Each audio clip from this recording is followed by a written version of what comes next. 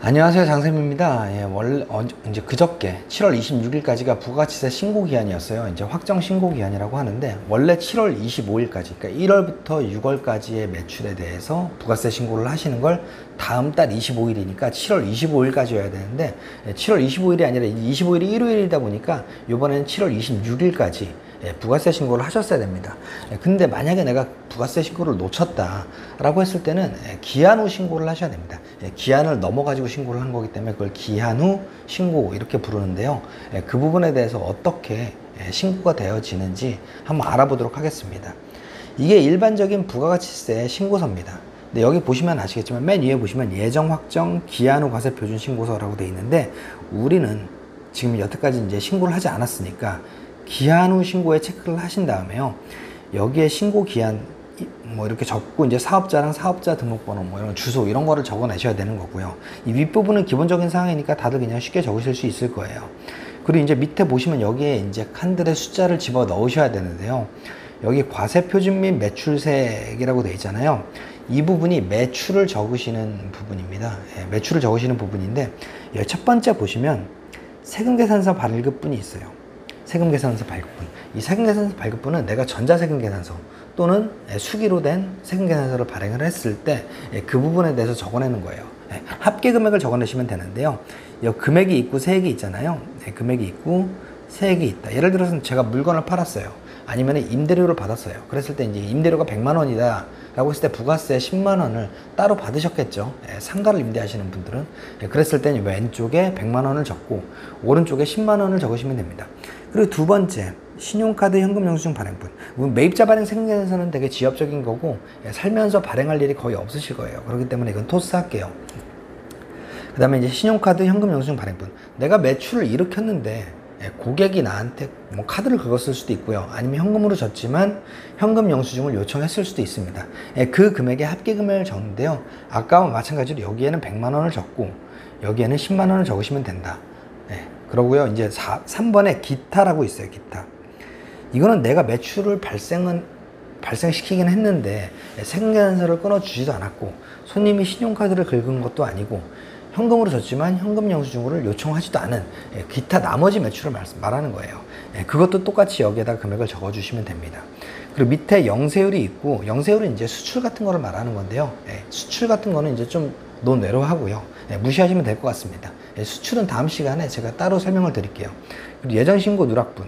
뭐 밑에는 우선 무시할게요. 이 강의를 들으시는 분들은 아마 개인 세무사가 없으신 분들일 테니까 그 정도 이 밑에 것들이 있으면요, 세무사를 반드시 고용하셔야 됩니다. 어찌됐든 1, 2, 3번 이 금액을 적어내시면 이게 총 매출 금액이 되겠죠. 매출 금액이 되는데, 우선 1, 2, 3번을 할 때요, 1번과 2번은 이 칸을 채우기 위해서 다른 추가적인 서식이 들어갑니다. 어떤 거냐면요, 우선 세금계산서 1번 세금계산서는요, 이런 합계표라는 게 들어가요. 우선 위에 제출자 인적사항은 아까랑 똑같이 한번 다시 적으시면 되는 거고요. 그래서 일반적으로 내가 거래하는 세금계산서를 요청하는 사람들은 상대방이 사업자일 가능성이 커요. 대부분이 사업자이실 거예요. 그렇다면 사업자 번호 발급분 요 위에 매출 첫수와 거래 첫수, 그 다음에 이제 총 매수와 그 다음에 공급가액과 세액을 적으시면 됩니다. 그러니까 예를 들어서 내가 거래처 두 군데 세금계산서 5장을 발행해 줬다.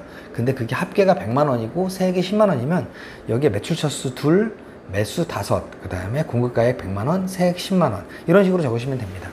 그리고 위 세금계산서 외 발급분이라고 되어 있는데요. 이건 뭐냐면요, 내가 전자세금계산서를 발행을 하면 국세청에 업로드가 됩니다. 근데 내가 전자세금계산서를 발행하지 않고 종이로 준 적이 있다라고 칠게요. 예를 들어서. 아니면은 기간을 늦게 발행해야 되는 시기를 지나서 내가 발행한 게 있다라고 하면은 그 밑에 여기에다가 적으시면 되는 겁니다.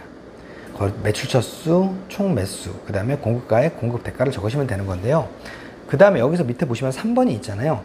이 3번은 아까 말씀드린 대로 맨 위에 거는 전자세금계산서가 발행이 됐으니까 그 부분에 대해서는 국세청이 이미 파악을 하고 있잖아요. 근데 밑에 종이로 만약에 발급했다라고 하면 이 부분은 국세청이 파악을 하고 있지 않아요. 따라서 그 부분에 대해서는 이 밑에 3번에다 적어주셔야 됩니다. 그래서 이제 공급받는 자, 그러니까 내가 종이세금계산서를 끊어준 상대방의 사업자 등록번호, 상호, 그 다음에 매수, 공급가액, 공급 세액 이렇게 이거를 따로 적어 주셔야 국세청이 파악을 할 수 있겠죠. 어찌됐든 세금계산서 1번 세금계산서는 이런 서식이 추가적으로 들어가는 거고요. 그다음에 2번 신용카드와 현금 영수증 그건 여기에 들어갑니다. 여기 똑같이 제출자 인정사항은 그냥 적으시고요. 그 다음에 이제 과세 매출분, 면세 매출분은 무시할게요. 이거 뭐 쌀 팔고 뭐 이렇게 면세 상품을 파시는 분들이 이제 제 강의를 들을 것 같지는 않으니까 과세 매출분에 대해 적으시면 되는데요. 신용카드로 이제 발행한 금액, 그 다음에 여기는 현금 영수증으로 발행한 금액 이걸 적으시면 돼요. 그 다음에 두 개의 합계를 여기다 적으시면 됩니다.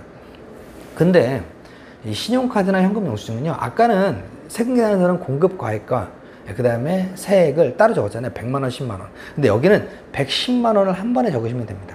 만약에 이쪽 현금 영수증이 55만원이다 라고 하면 55만원을 한 번에 적으시면 됩니다. 그래서 여기는 165만원이 적히겠죠. 합계에는. 이런 식으로 합계 금액을 적으시면 됩니다. 그래서 여기 보시면은 1번과 2번은 다른 서식이 들어가는 거고 추가적인 서식이, 근데 3번 현금 매출은 이건 어차피 거래 상대방이 누군지도 파악이 안 되니까 그냥 적으시면 된다. 이렇게 알고 계시면 되고요. 이러면 매출 부분이 끝난 거예요. 그 다음에 이제 매입 부분을 볼게요. 매입세액. 매입세액도 똑같아요. 내가 세금계산서를 거꾸로 받았거나 아니면 내가 신용카드를 긁었거나 아니면 현금 영수증을 발행을 받았거나, 물론 여기서 말하는 현금 영수증은 사업자로 받은 현금 영수증을 말하는 거예요.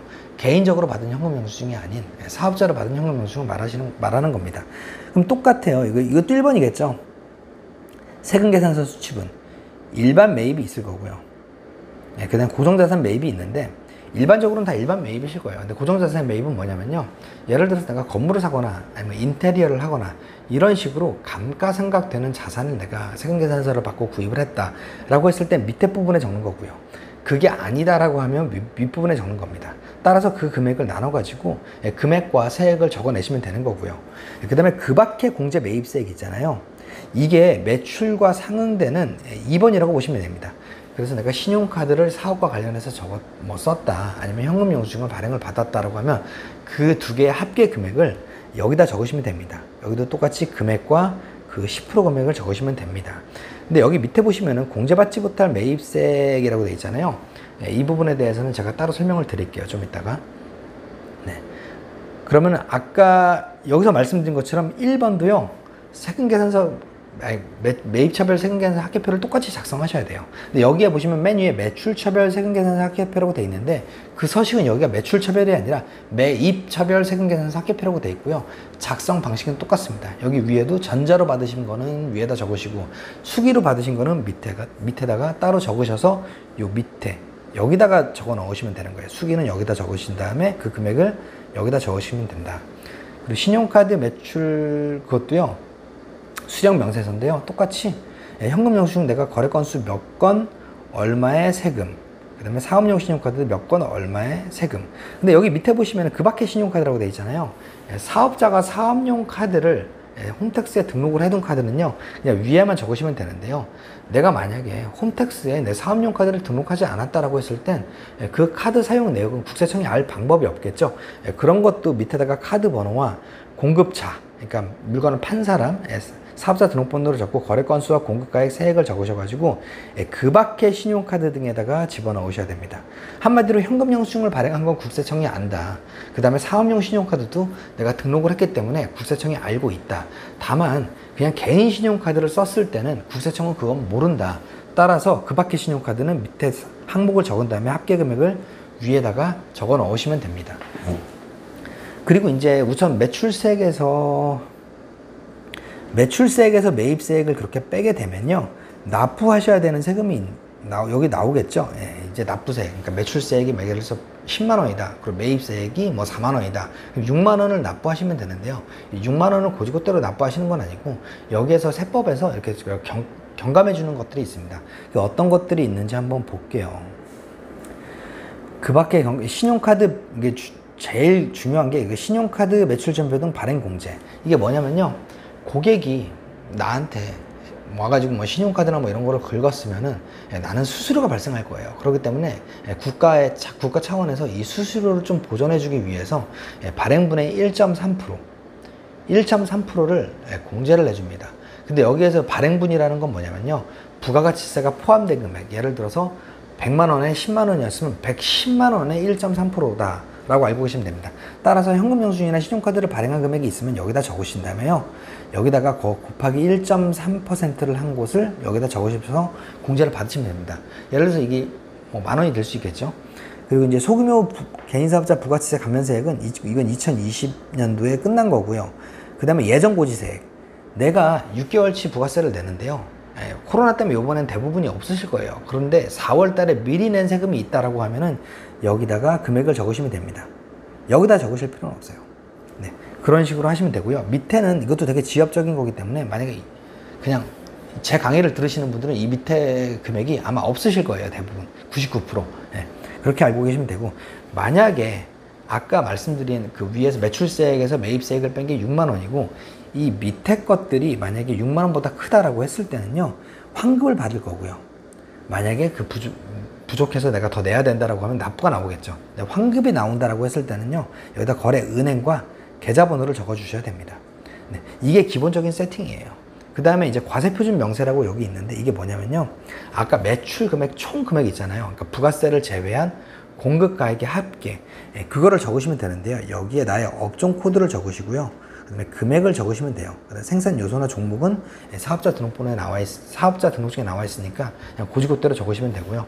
업종 코드는 홈택스에 들어가면 나의 업종 코드가 나와요. 그 6자리 업종 코드를 넣으시고 금액을 넣으신다. 그 다음에 신고인, 그 다음에 날짜, 뭐 이렇게 적으시면 되는데요. 제가 하나 놓친 게 있는데 뭐냐면은, 가산세가 있잖아요, 가산세.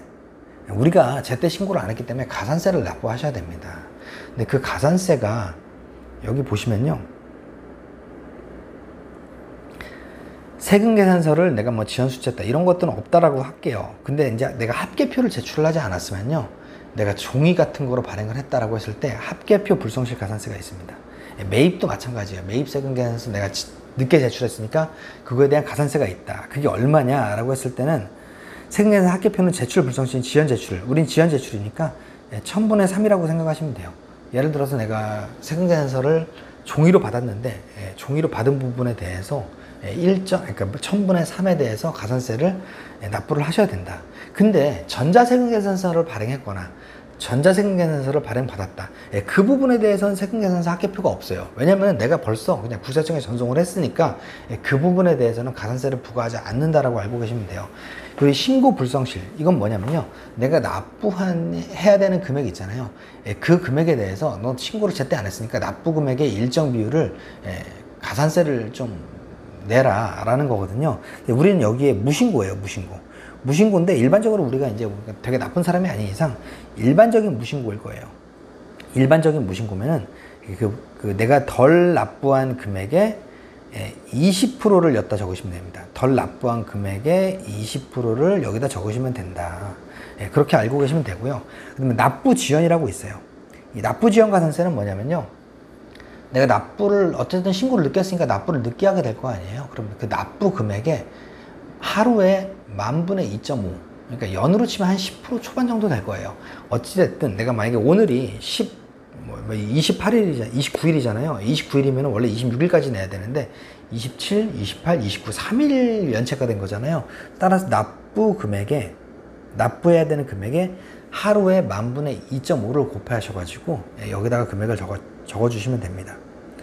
그런 식으로 가산세를 계산을 하신다. 그래가지고 여기 밑에 가산세 합계에다가 여기다 적으시면 됩니다. 잠시만요.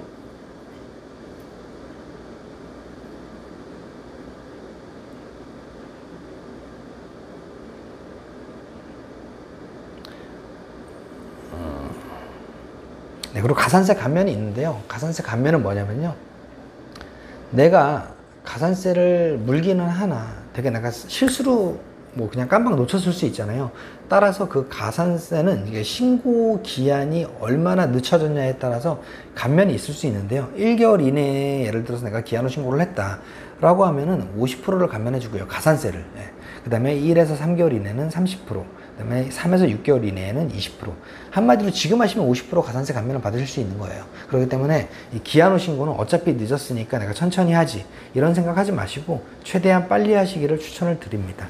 그리고 여기 가산세 감면이라고 했는데 아까 가산세 종류 중에 납부 불성실 가산세, 그러니까 납부 지연 가산세가 있잖아요. 그 납부를 지연한 거는요, 그 가산세는 감면을 해주지 않습니다. 따라서 뭐 신고 불성실 가산세라든지 이런 것들만, 그런 것들만 가산세 감면을 해준다라고 알고 계시면 될 것 같아요. 어쨌든 뭐 부가가치세 신고서가 이제 좀 세법을 아시는 분들은 제 강의를 들으시면은 무슨 내용인지 알겠다라고 이해가 되실 분들이 많으실 것 같은데, 이걸 내가 사업을 처음 하거나 뭐 이러시면은요, 이거를 보셔도 이해가 안 되실 것 같으니까 하루라도 빨리 세무사를 찾아가셔가지고 이 부분에 대해서 좀 신고를 빨리 하시기를 추천드립니다. 어찌됐든 오늘은 부가세 기한후 신고에 대해서 좀 간략하게 설명을 드렸고요. 다음 시간에 더 좋은 세법 내용 가지고 찾아뵙도록 하겠습니다.